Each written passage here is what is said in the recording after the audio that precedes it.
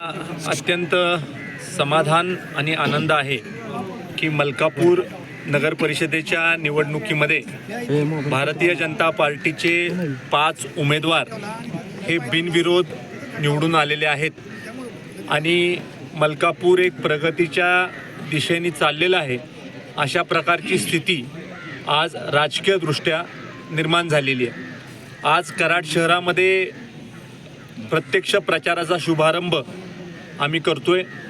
नगराध्यक्ष पदाचे उमेदवार आदरणीय अण्णा यांना घेऊन आम्ही पदयात्रेला प्रारंभ करतोय आणि प्रत्येक घरापर्यंत उमेदवार पोचला पाहिजे, कराडकरांच्या अडीअडचणी जाणून घेतल्या पाहिजेत आणि एक नव्या दमाची टीम ही कराडमध्ये आणि मलकापूरमध्ये तयार करण्यासाठीचा माझा प्रामाणिक प्रयत्न आहे।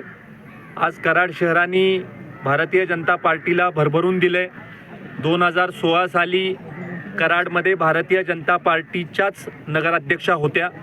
नंतरच्या कालावधीमध्ये त्यांचा कालावधी संपल्यावर काही काळ प्रशासक होता आणि आता परत निवडणुकीमधून आम्ही जनतेसमोर कौल मागण्यासाठी जात आहोत।